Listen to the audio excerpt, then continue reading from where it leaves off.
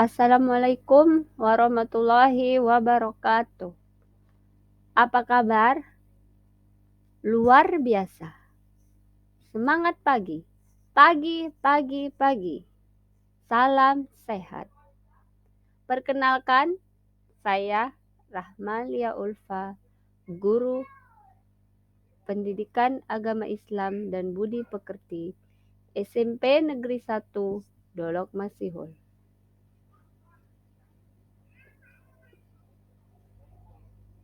Pada pembelajaran kali ini, kita akan membahas materi menghindari ghibah dan melaksanakan tabayun.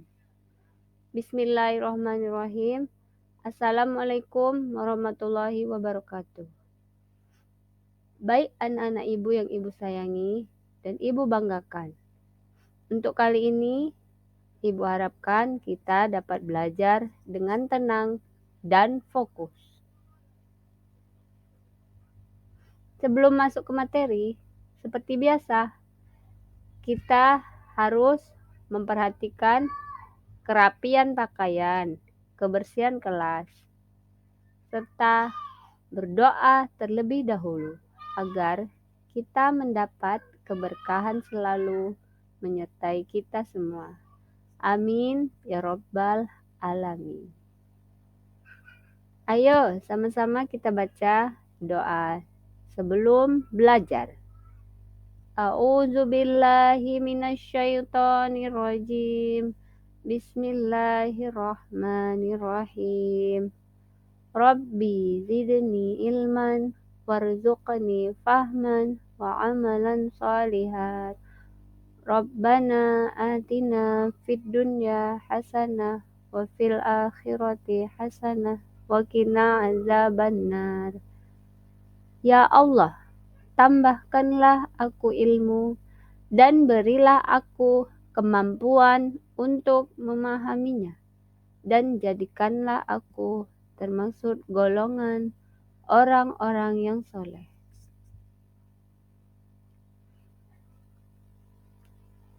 Adapun tujuan pembelajaran yang akan kita sampaikan, pertama, melalui pembelajaran inquiry, kalian dapat mendeskripsikan pesan Islam untuk harmonisasi sosial dengan menghindari ghibah dan menumbuhkan sikap tabayun dengan benar.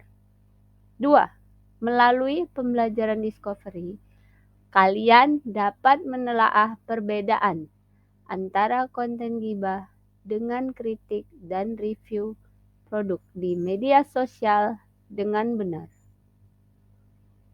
3. Melalui pembelajaran berbasis produk, kalian dapat menyusun review konten di beberapa platform media sosial dengan benar. Contohnya, membuat infografis seperti yang sudah ditampilkan. Nah, anak-anak yang ibu sayangi dan ibu banggakan, bagaimana kalian sendiri? Apakah informasi yang kalian terima dan disebar sudah kalian filter dan klarifikasi? Sebelum masuk ke materi, nah, ibu punya pantun. Jalan-jalan dengan Pak Hansip, makan soto bersama temannya. Janganlah kamu suka bergosip, akan banyak musuh akibatnya. Pergi ke pasar beli buah-buahan, buah kedondong dan buah kemiri. Gibah jadi perbuatan menjijikkan, laksana makan bangkai saudara sendiri. Kemudian, untuk memperdalam materi pada bab ini, kalian harus menentukan titik fokus yang dapat terbantu oleh beberapa kata atau kalimat kunci. Pahami kata kunci ini. 1. Pesan ghibah. Pesan Islam menjauhi ghibah dan menumbuhkan sikap tabayun. 2. Perbedaan antar konten ghibah dengan kritik. 3. Review produk konten di media sosial. Pembahasan materi 1. Islam melarang ghibah. Ghibah berarti menggunjing, membicarakan kejelekan dan kekurangan orang lain. Pada ghibah terdapat pembicaraan mengenai kejelekan atau aib orang lain. Apabila dia tahu, dia tidak menyukainya. Islam melarang umatnya untuk ghibah. Ghibah diibaratkan memakan daging saudaranya sendiri yang telah mati. Hal ini ditegaskan dalam Al-Quran, Surah Al-Hujurat ayat 12. A'udzu billahi minasyaitonir rajim. Bismillahirrahmanirrahim. Ya ayyuhalladzina amanu jtanibu katsiran minaz zanni inna ba'daz zanni ولا تجسسوا ولا يغتب بعضكم بعضا أيحب أحدكم أن يأكل لحم أخيه ميتا فكرهتموه واتقوا الله إن الله تواب رحيم. Artinya, hai orang-orang yang beriman, jauhilah kebanyakan prasangka atau kecurigaan, karena sebagian dari prasangka itu dosa. Dan janganlah mencari-cari keburukan orang, dan janganlah menggunjing satu sama lain. Adakah seorang di antara kamu yang suka memakan daging saudaranya yang sudah mati? Maka tentulah kamu merasa jijik kepadanya, dan bertakwalah kepada Allah. Sesungguhnya Allah Maha Penerima Taubat, lagi Maha Penyayang. Al-Quran Surah Al-Hujurat ayat 12. Berdasarkan ayat tersebut, orang yang beriman didorong untuk menjauhi prasangka buruk atau suudzon, apalagi tidak disertai dengan bukti. Ayat tersebut juga menjelaskan pula bahwa ghibah merupakan perbuatan keji dan juga dosa besar. Kalian pernah mendengar ungkapan atau peribahasa yang namanya lidah tak bertulang. Ungkapan ini mengisyaratkan bahwa lidah yang lunak ternyata dapat menyakiti hati, bahkan akan memberikan bekas yang mendalam. Jadi, pembicaraan yang menyakiti hati terkadang tidak disadari. Kita harus memahami pula bahwa lidah dapat menyebabkan seseorang masuk surga ataupun sebaliknya, karena setiap kata yang diucapkan akan dicatat oleh malaikat. Masih ingat pencatat amal baik dan buruk? Malaikat siapa? Ya, yaitu malaikat Rakib dan Atid, pencatat amal baik dan buruk. Dan kita juga dapat mengingkarinya di dunia ini. Akan tetapi, mulut akan dikunci dan anggota badan lain yang berbicara ketika di akhirat nanti. Ghibah ini adalah salah satu bahaya lidah. Di sini ada gambar. Coba perhatikan. Buat yang suka ghibah dan gosip, maka akan mendapat murka Allah. Hatinya menjadi keras dan merupakan dosa besar. Pemicu pertikaian perpecahan, dosa jariah, serta akan menimbulkan fitnah. Perbuatan ghibah dipengaruhi oleh lingkungan sekitar. Agar kalian terhindar dari perilaku jelek ini, perlu diketahui penyebab terjadinya ghibah antara lain. 1. Membicarakan keburukan orang lain dengan keinginan mengangkat derajat dirinya sendiri. 2. Sikap iri terhadap keberhasilan dan kesuksesan orang lain.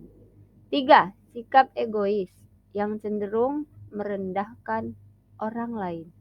4. Balas dendam terhadap orang lain atas perilaku terhadap dirinya. 5. Amarah yang tidak terkendali. 6. Bercanda tanpa disadari dengan merendahkan orang lain. Mudah-mudahan kita terhindar dari penyakit hati tersebut. Amin ya rabbal alamin. Mungkin kalian sudah tahu yang mengakibatkan ghibah tersebut. Supaya bisa menghindarinya, ada beberapa cara. Yang pertama, berkumpul dengan orang-orang soleh. Jadi, karena perilaku temanmu bisa mempengaruhi akhlakmu. 2. Menyadari diri bahwa Allah Subhanahu wa Ta'ala membenci seseorang yang menggunjing saudaranya. Jadi, Allah tidak suka terhadap orang yang selalu menggunjing saudaranya. Kita semua ini saudara, ibarat satu bangunan yang saling menguatkan. Apabila satu merasakan sakit, maka yang lain juga sakit. Jika satu merasakan senang, yang lain juga akan senang. 3. Berintrospeksi diri. Apakah kita sudah baik atau belum? Maka muhasabah diri sangatlah penting. 4. Menjaga lisan. Ada 2 pilihan. Berkata baik atau lebih baik diam. Dalam sebuah hadis disebutkan, "Man kana yu'minu billahi wal yaumil akhir falyaqul khairan aw liyasum." Barang siapa yang beriman kepada Allah dan hari akhir, maka hendaknya dia berkata yang baik atau diam. Hadis riwayat Bukhari dan Muslim. 5. Berpikir positif. Di pikiran yang buruk diubah menjadi pikiran yang baik. 6. Memohon perlindungan kepada Allah Subhanahu wa Ta'ala dengan berdoa agar terhindar dari ghibah. Amin ya Allah ya Rabbal alamin. Islam menganjurkan tabayun. Jadi, secara bahasa, tabayun itu apa? Mencari kejelasan tentang sesuatu hingga jelas dan benar keadaannya. Tabayun di sini juga sangat penting untuk memeriksa kebenaran informasi atau berita dengan teliti. Jadi, jangan asal langsung percaya, cari dulu kebenarannya. Adapun ayat yang menjelaskan tentang Islam menganjurkan tabayun terdapat dalam Quran Surah Al-Hujurat ayat 6. Mari kita membaca bersama-sama. A'udzu billahi minasyaitonir rajim. Bismillahirrahmanirrahim. Ya ayyuhalladzina amanu in ja'akum fasiqun binaba'in fatabayyanu an tusibu qauman bijahalatin fatusbihu ala ma fa'altum nadimin. Artinya, hai orang-orang yang beriman, jika datang kepadamu orang fasik membawa suatu berita, maka periksalah dengan teliti, agar kamu tidak menimpakan suatu musibah kepada suatu kaum, tanpa mengetahui keadaannya, yang menyebabkan kamu menyesal atas perbuatanmu itu. Ayat tersebut menjelaskan agama memberikan perintah agar manusia dapat meneliti berita yang dibawa oleh orang-orang fasik. Apa itu fasik? Fasik adalah orang yang keluar dari ketaatan kepada Allah dan juga kepada Rasul-Nya. Tabayun informasi media sosial. Setelah kalian memahami tentang tabayun, bagaimana cara informasi yang diterima itu jelas? Ini ada beberapa teknis yang bisa digunakan. 1. sumber informasi dipastikan dengan benar. Hal ini dapat dilakukan dengan melihat kompetensi sumber yang dirujuk. Apakah ini memiliki kompetensi untuk menyampaikan informasi yang benar atau tidak?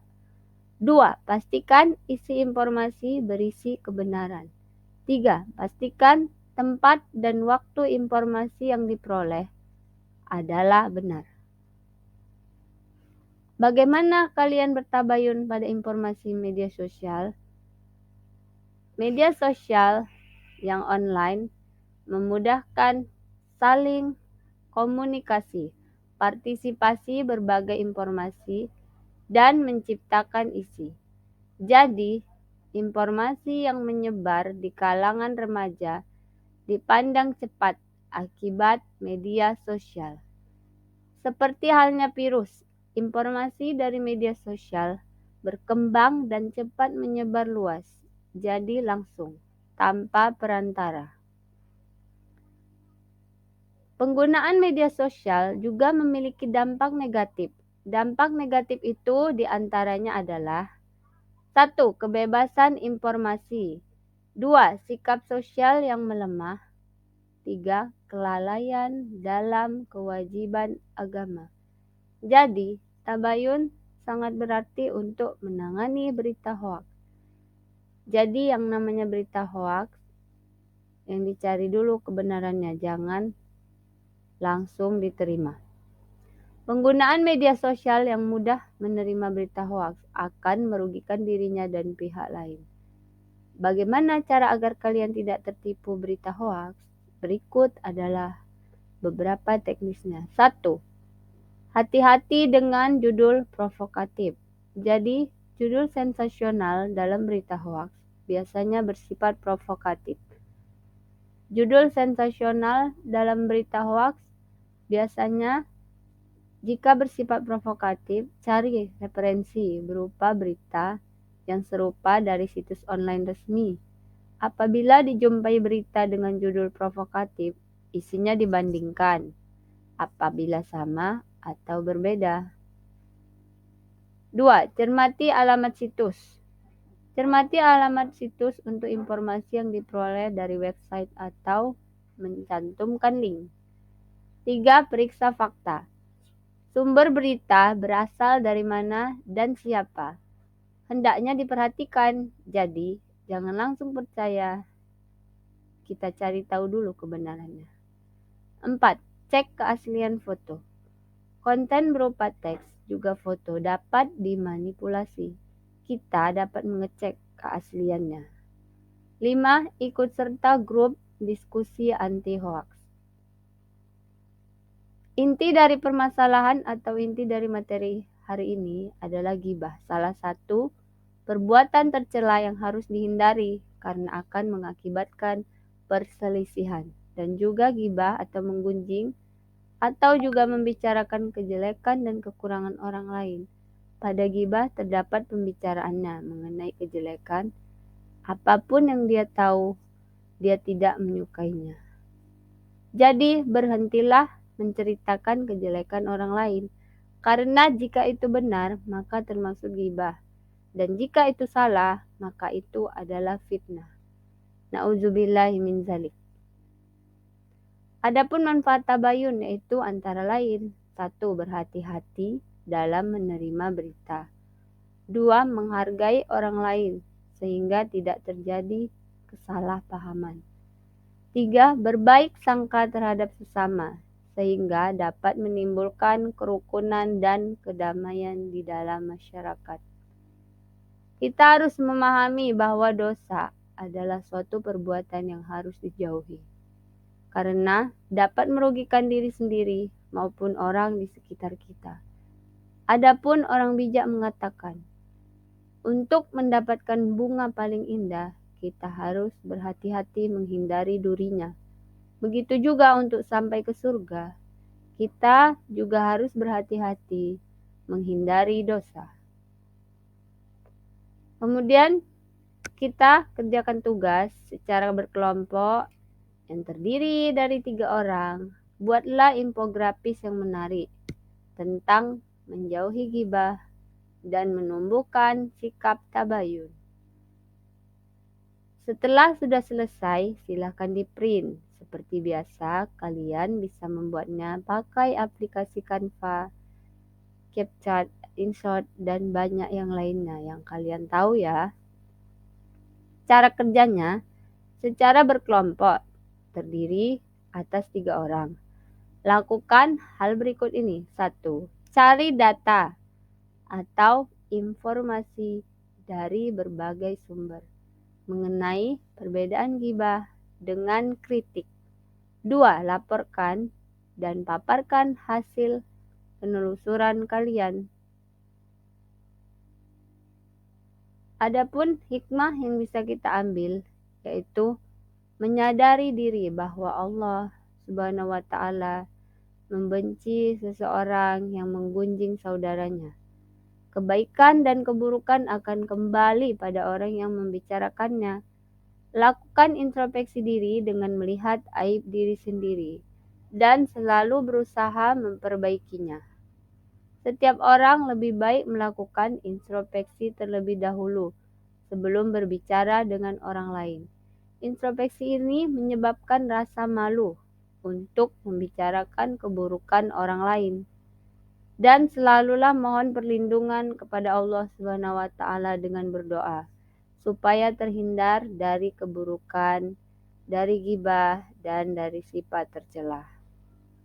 Nah, anak-anak yang Ibu sayangi dan Ibu banggakan, alhamdulillah selesai sudah materi hari ini. Mudah-mudahan kalian bisa memahami apa yang Ibu sampaikan dan juga mudah-mudahan kita dapat melaksanakannya dan mengaplikasikannya dalam kehidupan sehari-hari.